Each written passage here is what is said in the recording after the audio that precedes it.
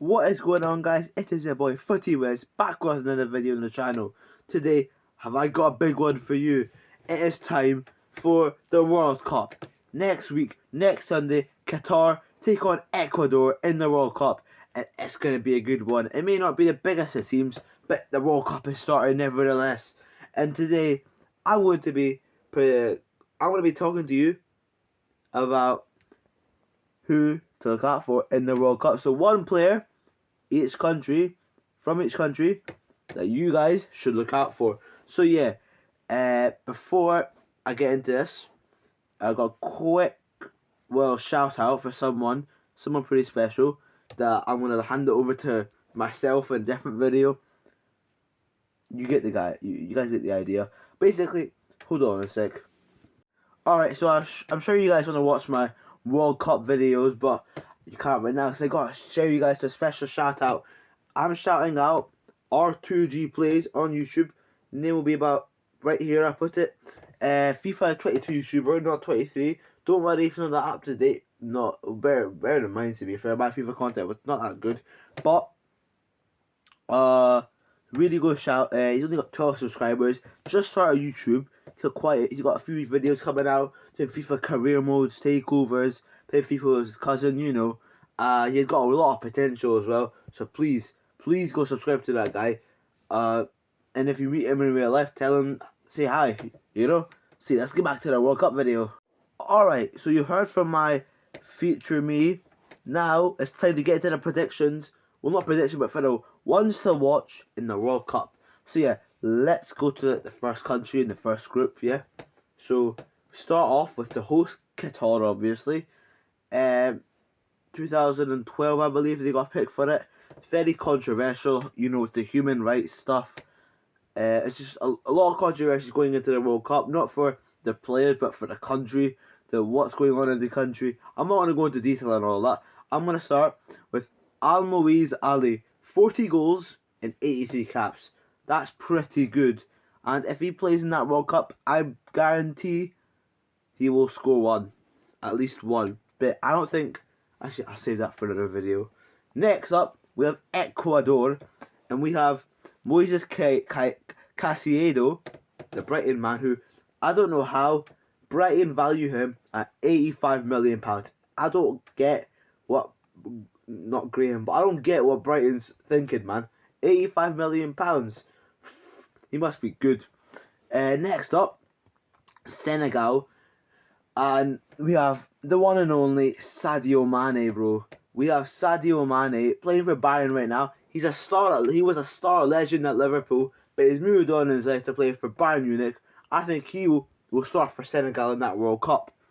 Next up, we have the Netherlands, and I think there's only one man. If you guys know what I'm talking about, like the video, please. Give it a big thumbs up. And if you haven't already, subscribe to the channel. Helps a lot. And if you know, you know.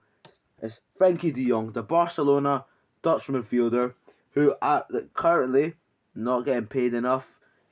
Barca owe him some money. But I think he's still a solid midfielder.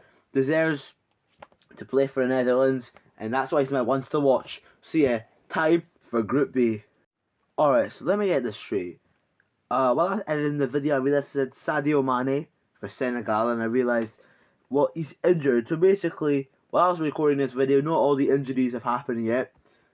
That have happened. As you're watching this, you may have picked up that maybe Mane's got injured, which he has got injured. He has got injured as I'm editing this, and I realised that I made a mistake. So instead of Mane, I'm going to put Edouard Mendy to save Senegal and get them through the quarterfinals at least of the World Cup. I'm calling it. Edouard Mendy's going to be the player to watch Senegal. So ignore the Mane Senegal bit. Just put Edouard Mendy instead. So let's get back to the actual video, you know. Alright, so next up is Group B. Nothing really to introduce you to. Let's just get started with this countries basically. First up we got England, semi-finalists in the last World Cup. They came finalists in the Euros, obviously losing to Italy, who aren't in this World Cup. Pretty shocking. North Macedonia knock them out, who then lose to Portugal in the playoffs. So yeah. So England, my star man, it's a very controversial one. I don't know.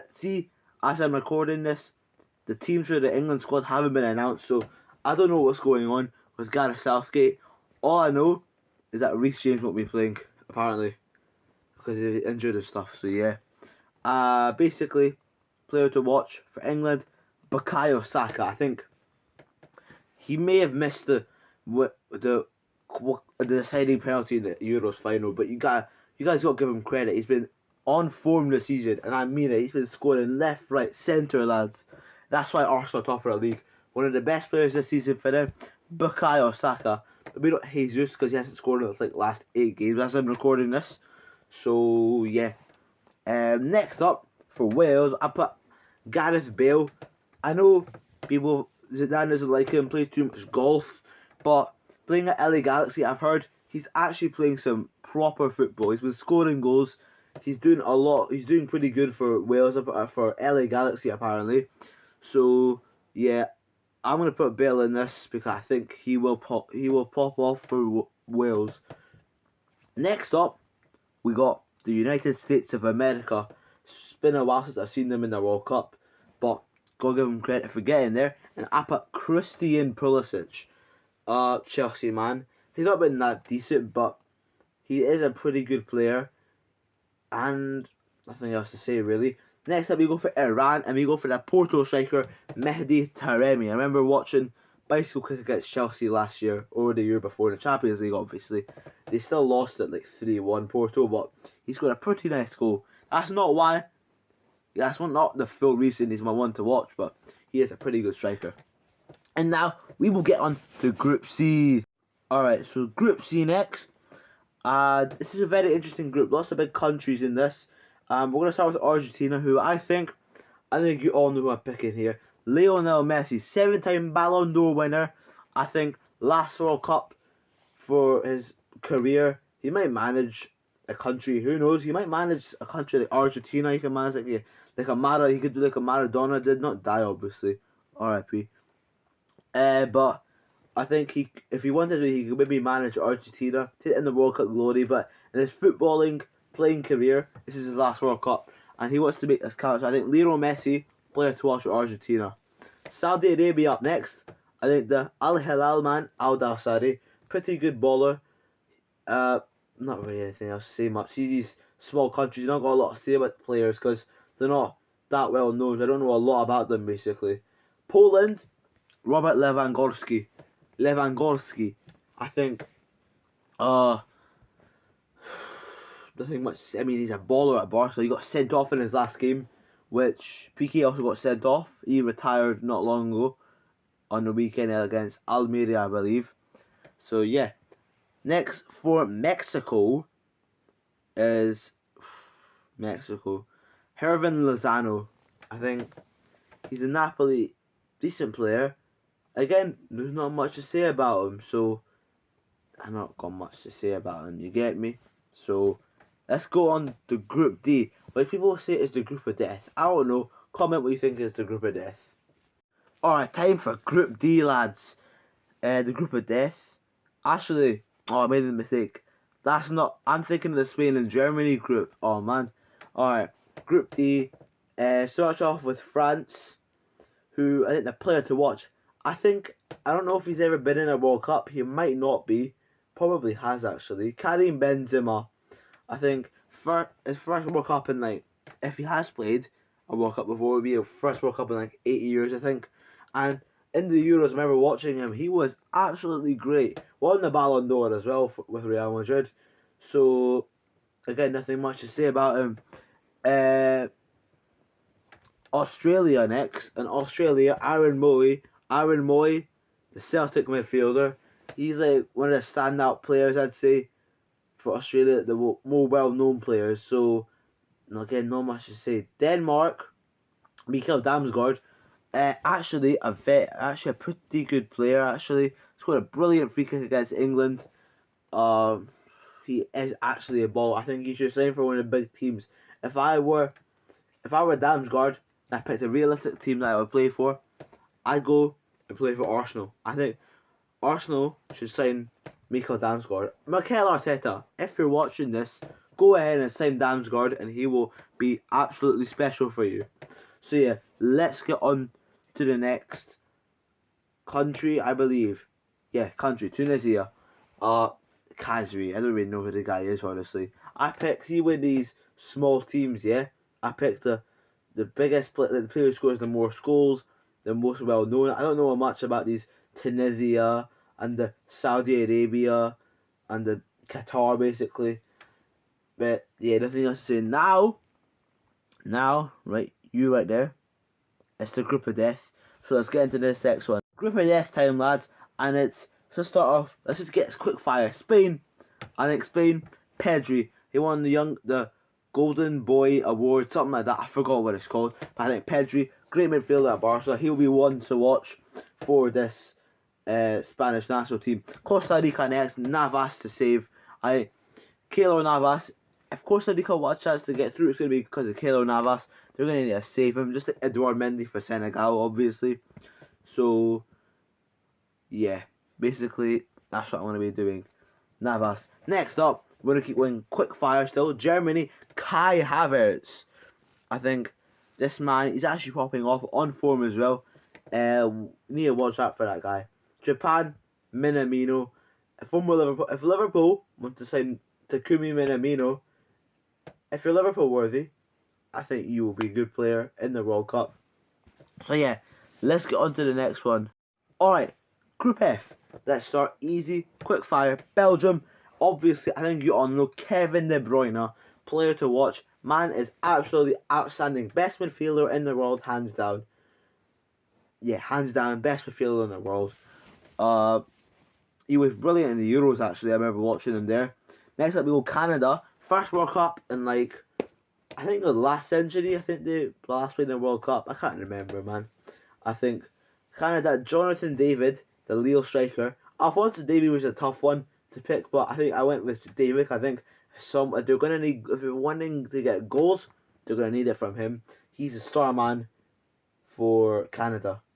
Next up, we got Morocco, and we got the right back from PSG. I think you all know who it is, Ashraf Hakimi. This guy, he can do something special. I've seen him play for PSG. He can go defense, attack, put him wherever you want. He used to play for Real Madrid, Dortmund, now he's at PSG. This guy can play basically anywhere on the right side, and he can play for any big club, but not Man City though. So, next up we got Croatia, the finalist of, well, the runners-up of 2018 World Cup in Russia. It was, yeah. Well, World Cup in Russia. They came 2018 finalist. I think you all know who I have to go for here. Luka Modric won Player of the Tournament in that World Cup. Thank you very much. He scored some incredible goals against Argentina. I forgot who else, but I think he might have scored the ones against England. That wasn't really good for us, but anyway, let's move on. Modric for Croatia. Alright, lads, let's get into this next one. Group G, Brazil. Are they favourites to win this World Cup? People say they are. Some people say they don't. I think Neymar will be the player to look out for. He's been in form this season. I think PSG, with Galtier as the manager, no more Pochettino and stuff, I think they have clicked PSG. They know how to finally put that attack into order, put the whole team into order. They've got a great team, and I think they can win the Champions League this season if they put hard work, they put everything they got into that Champions League, and they've won it. And then next up we got Serbia. Aleksandar Mitrovic did score the winner against Portugal, I believe, or it was Ronaldo. He scored against Portugal, however, and he is actually a baller at Fulham. Scored against Liverpool, actually. Been really good this season. Pretty surprising, though, for a club like Fulham. Next up, we have Switzerland. And for Switzerland, I'm going Seferovic. He did score against France in the Euros. Helped knock them out of the Euros, actually, thanks to Jan Sommer in the end, but mainly Mbappe. I know what country you're from, Mbappe. I know you're a Switzerland man, trying to knock France out, take Switzerland through, do it for your own country. No one knows, so apart from me, you know. And then next up, we have Cameroon.